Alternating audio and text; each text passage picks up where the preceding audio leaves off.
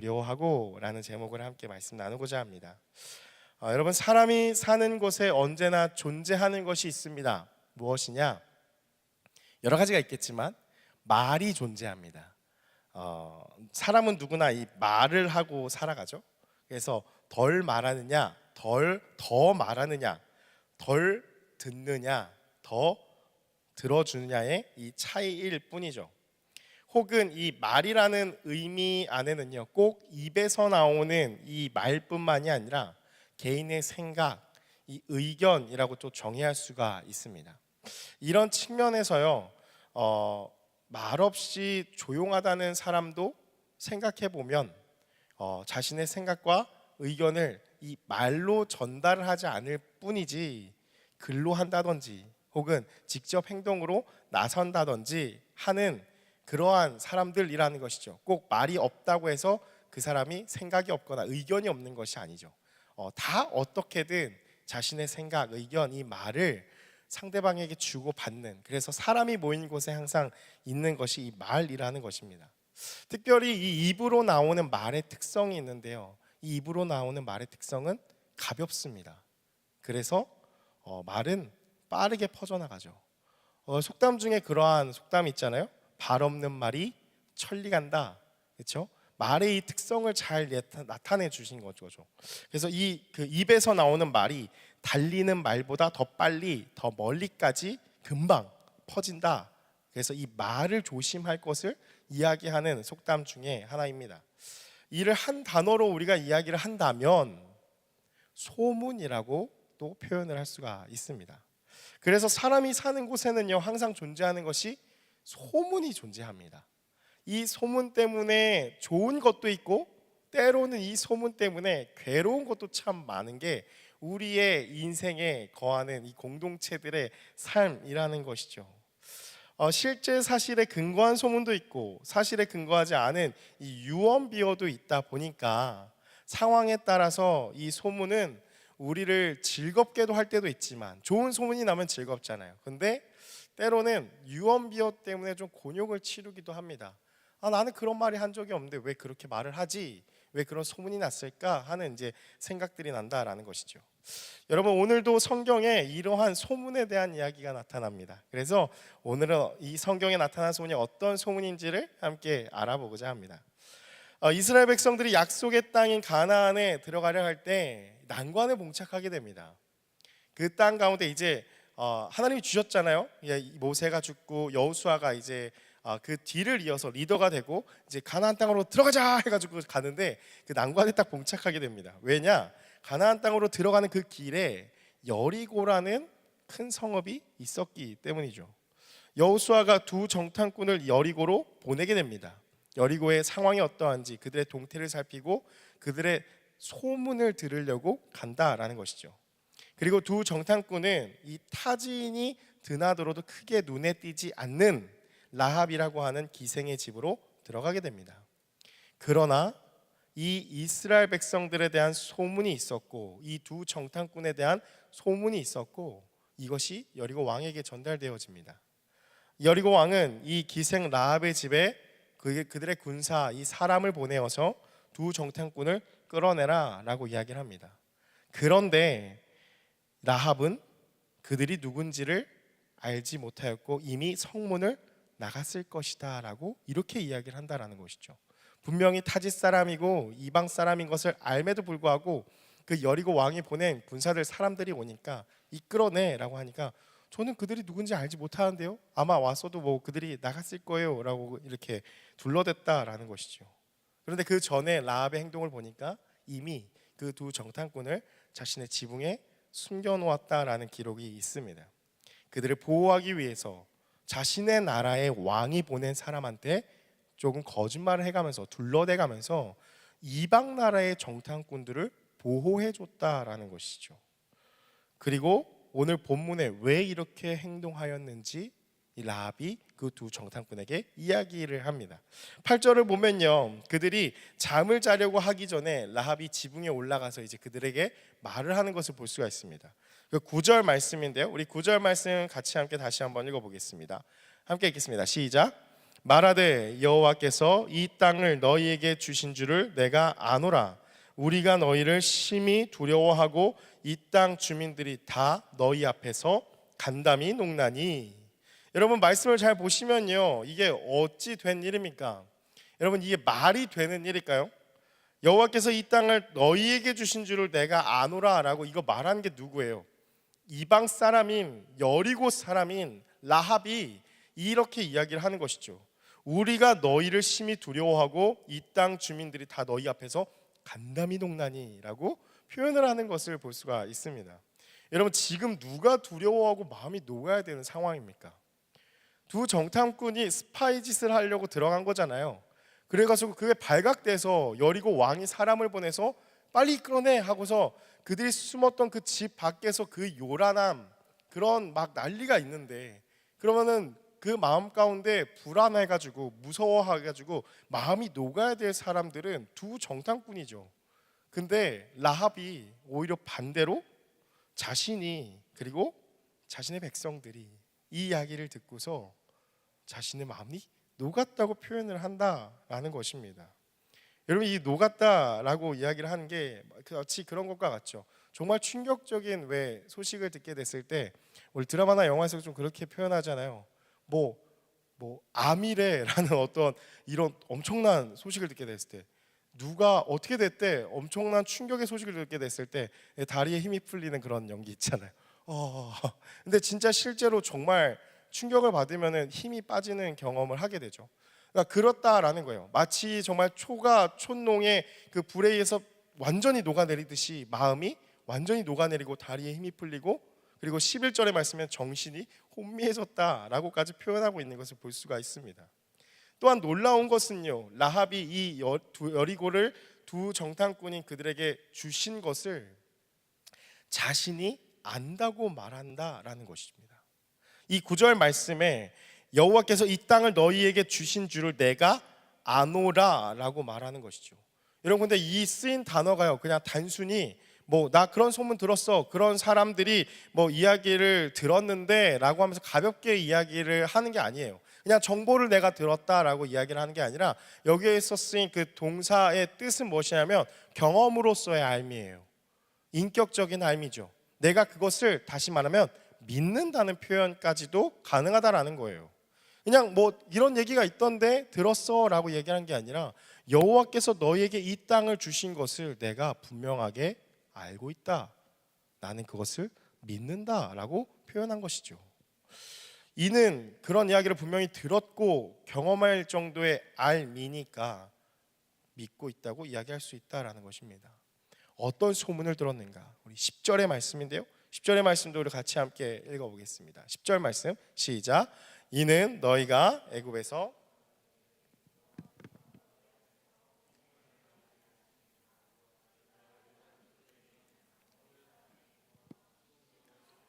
행한 일 곧 그들을 전멸시킨 일을 우리가 들었음이니라. 아멘.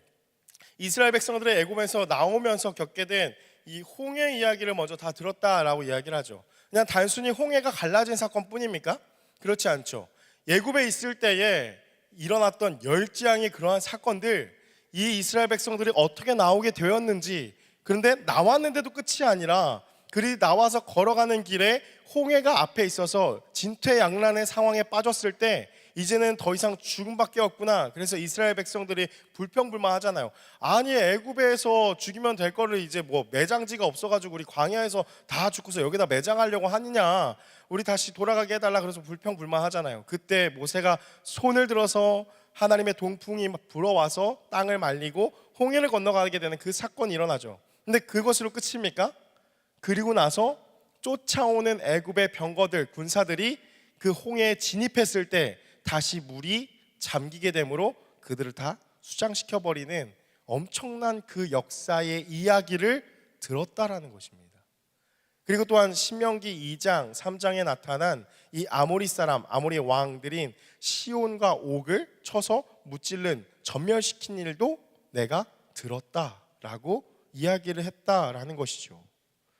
여러분 근데 여리고는 어떤 곳이고 그들은 어떤 사람들이었을까요?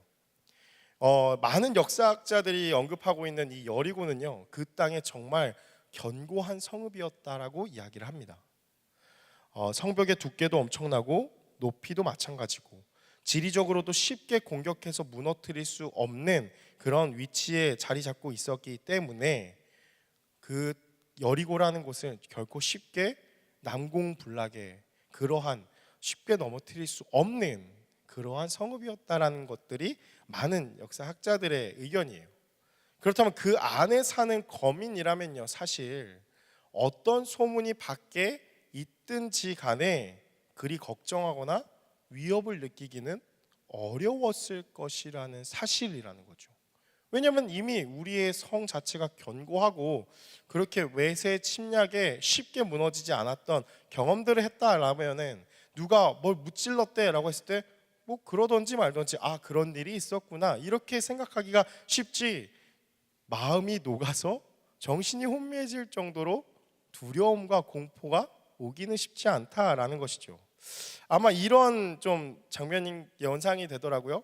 여러분 영화 기생충 몇 년 전에 유행했던 영화 보셨나요? 그 영상 기생충에 이제 보면은 그 빈부의 격차를 너무 잘 드러냈잖아요. 그러한 장면이 있습니다. 비가 막 많이 오는데 이 반지에 살고 있는 빈곤층들은 물난리가 났죠. 그래서 반지가 다 잠기고 막 가구들이 떠다니고 그래서 강당에 모여서 이재민으로 해서 거기서 같이 묵고 뭐 옷을 막 꺼내 입는 그러한 장면들이 있는 반면에 똑같이 비가 막 내리는데 화면이 반전되면서 부잣집은 어떻죠?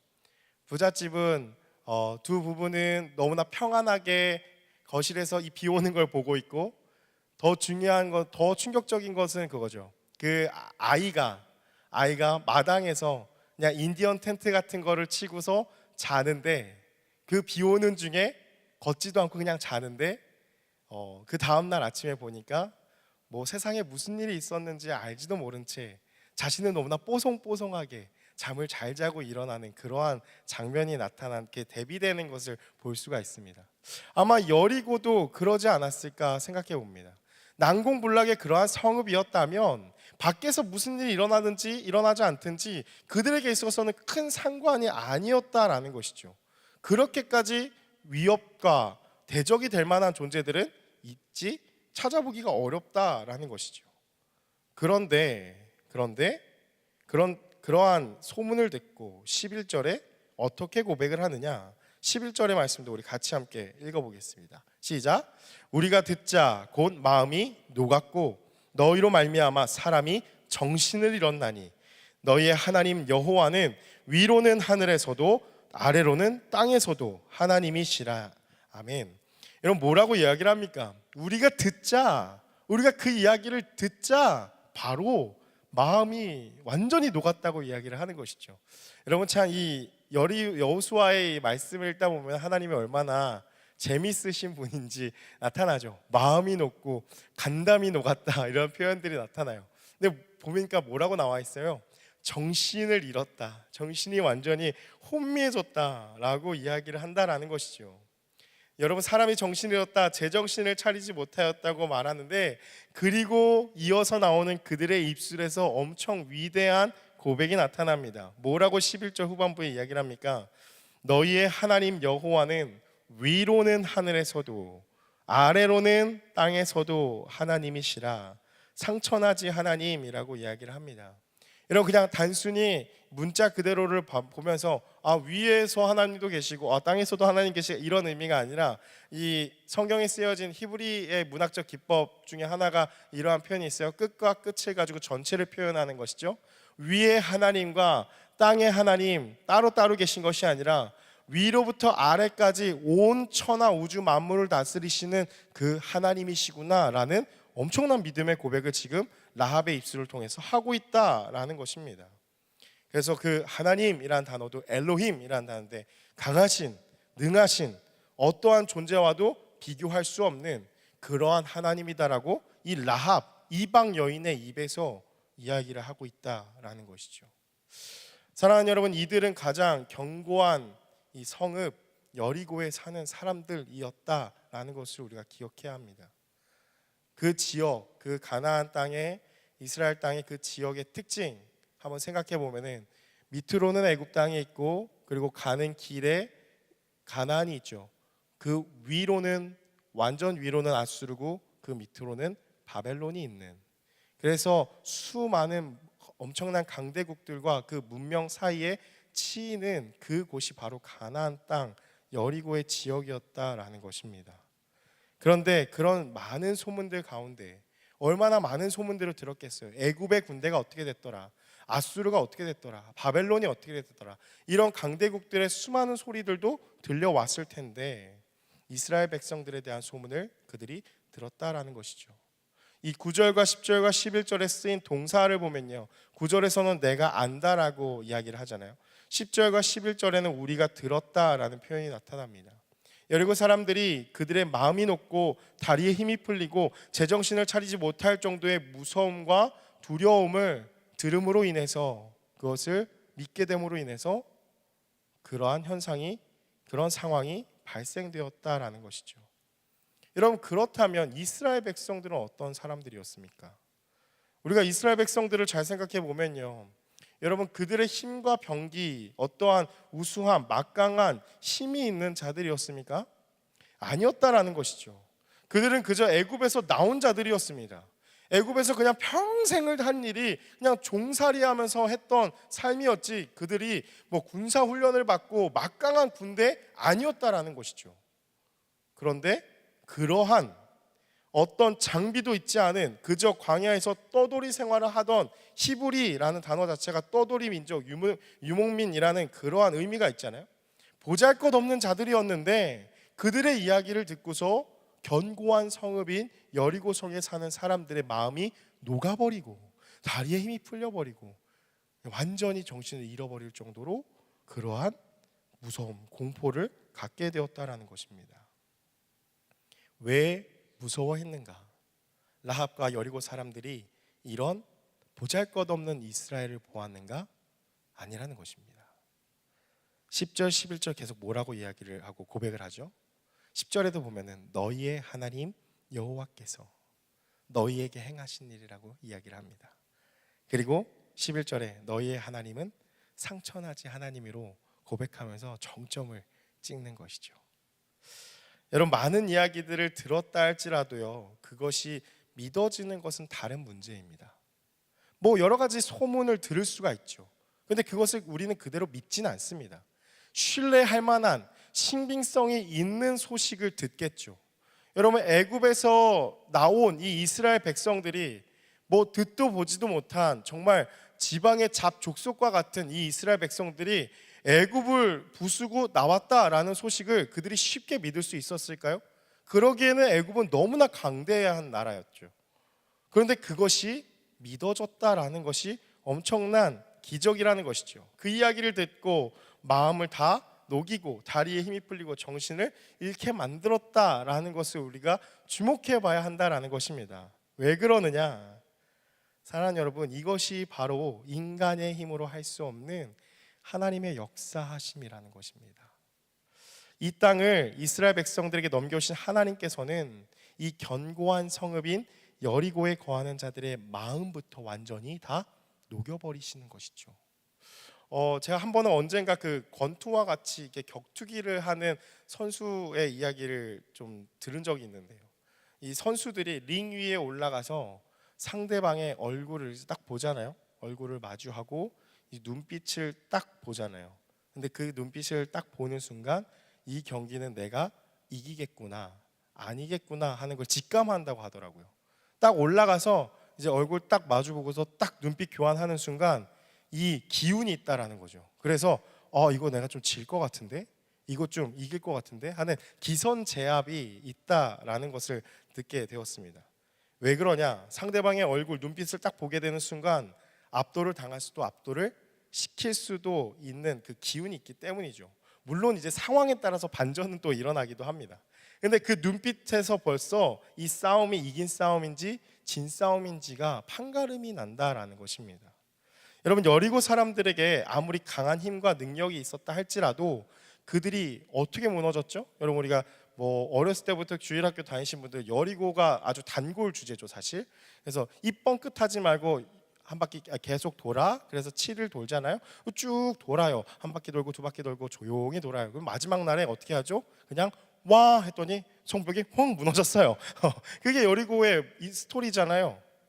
여러분, 그러한 여리고성 한번 생각해 본다면 아무리 강한 힘과 능력이 있다 할지라도 그들이 무너질 수밖에 없었던 이유, 바로 이스라엘 백성들에 대한 이 이야기를 듣고 그들의 마음이 완전히 녹아버렸고 제정신을 차리지 못할 정도의 이 무서움과 공포심, 두려움에 완전히 사로잡혔기 때문에 이미 그들의 마음은 하나님에게 다 기선제압이 되어버렸기 때문에 그들의 패배는 예정되어 있었다라는 것입니다.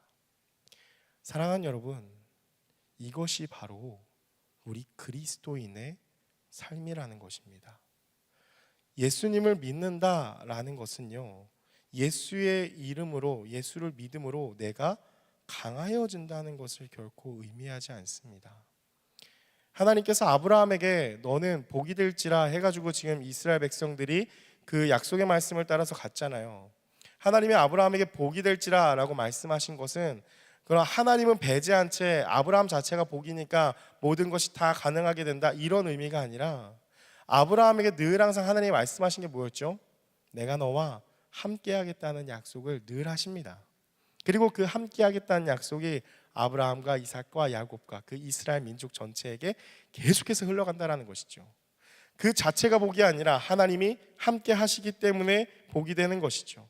여러분, 예수를 믿는 그리스도인의 삶도 마찬가지라는 것입니다.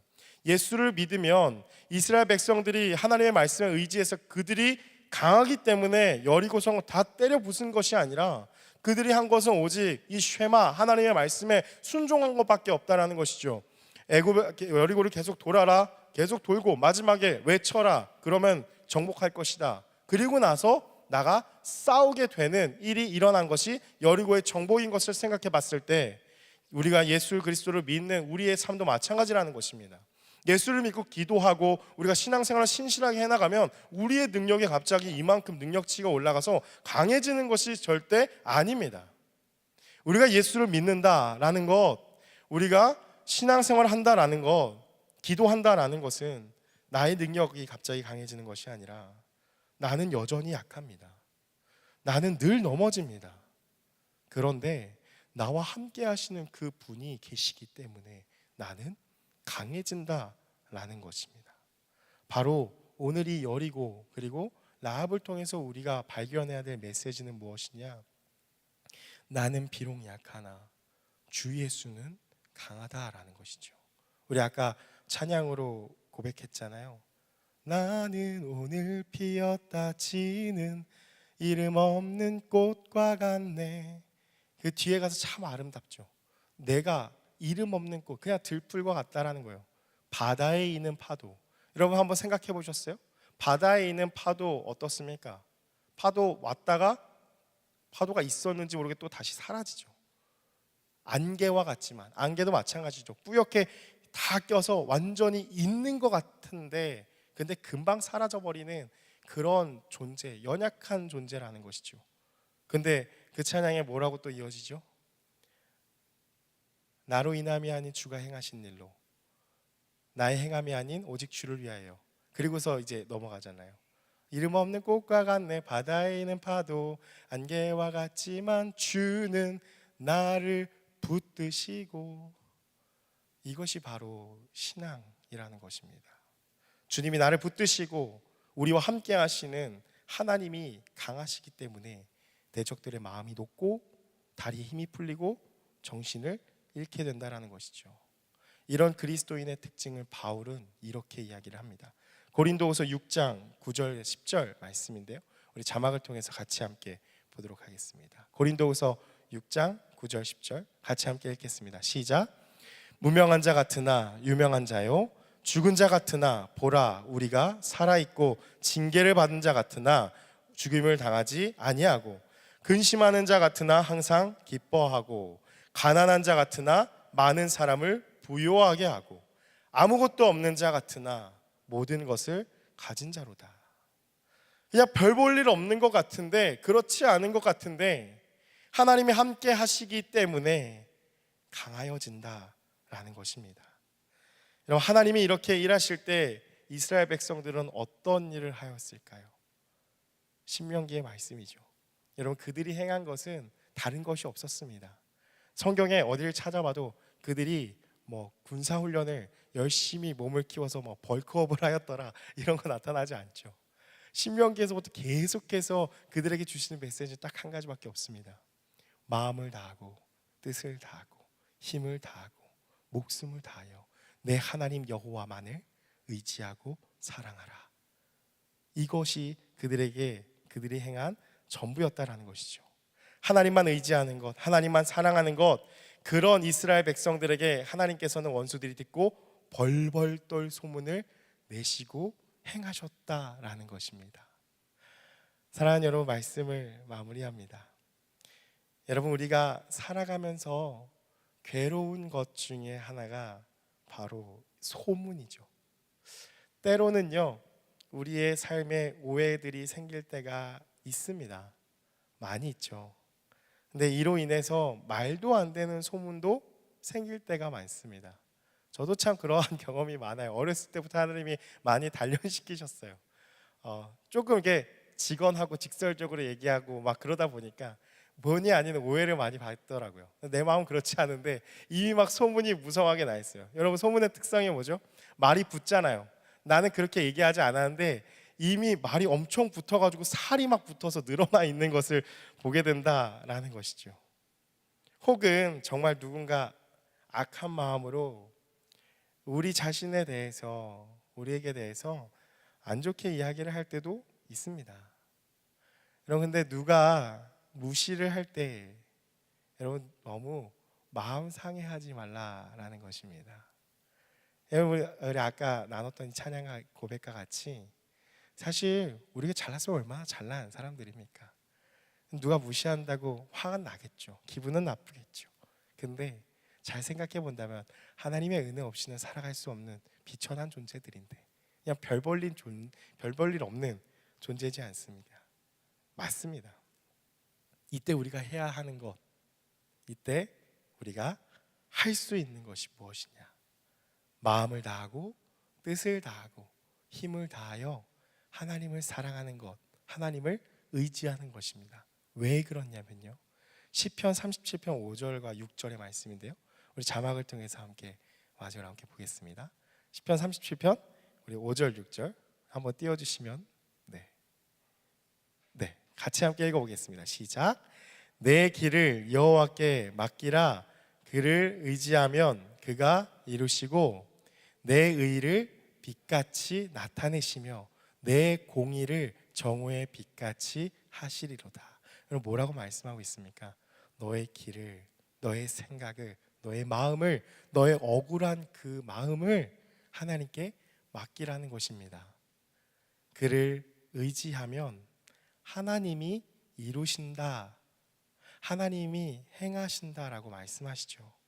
그리고 6절 말씀 뭐라고 나타납니까? 나의 의, 나의 공의. 나는 정말 그렇게 얘기하지 않았는데 누군가 나에게 그런 오해를 해서 그런 소문이 났을 때 얼마나 마음이 불어온 듯이 막 올라오잖아요. 변명하고 싶고 이걸 다 바로 잡아야 되고, 왜? 나의 의로움이 있으니까. 근데 나의 의, 그 공의를 하나님께서 빛같이 나타내시며, 빛은 감출 수가 없죠. 누구나에게 다 클리어하게 빛같이 나타내시고 공의를 정오의 빛같이, 정오의 빛은 가장 중간에 떠 있는 태양이잖아요.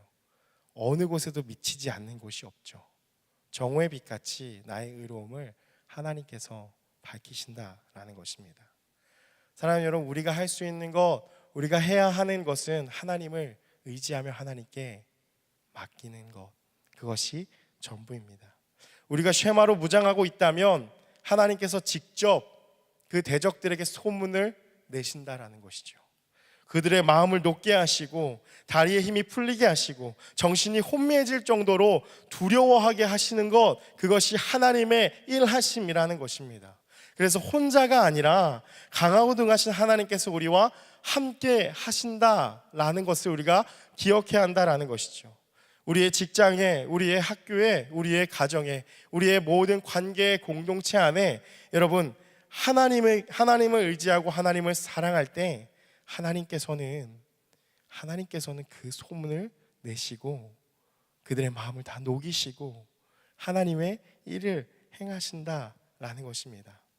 따라서 우리와 함께 하나님께서 하신다라는 것은 여러분 우리가 항상 그렇게 좀 고백을 했잖아요. 오늘은 못했는데 하나님이 우리와 함께 하신다는 것은 여러분 우리가 가볍게 생각할 게 아닙니다. 우리가 너무 하나님을 모르고 있어서 그래요. 하나님은요 강하신 분이십니다. 그 하나님이 우리와 함께 하신다? 그것만큼 우리에게 위로되는 것이 없다라는 것이죠. 우리는 아무것도 아닌 자 같으나 강하고 능하신 그 팔로 모든 대적들을 흩으시는 전능하신 하나님께서 함께하는 자들이라는 것입니다. 사랑하는 여러분, 하나님만을 사랑하십시오. 하나님만을 절대 의지하십시오. 그리할 때에 여러분이 거하는 모든 곳에서 여러분과 함께 하시는 하나님에 대한 소문을 그 대적들이 듣고 그들의 마음이 녹을 것이고 다리에 힘이 풀릴 것이고 정신을 잃을 것입니다. 억울함을 당하셨습니까? 오해 가운데 계십니까? 여러분의 힘과 능력으로는 할 수가 없습니다. 그것을 행할 수 있는 하나님께 맡기십시오. 하나님을 사랑하는 것, 하나님을 의지하는 것, 그것이 우리가 할 수 있는 일이고 해야 하는 일이고 하나님께서는 반드시 그 일을 행하십니다. 그 하나님을 신뢰함으로 여러분을 능히 대적할 자가 없어지는 놀라운 이 하나님의 역사심을 경험하는 저와 여러분이 되시기를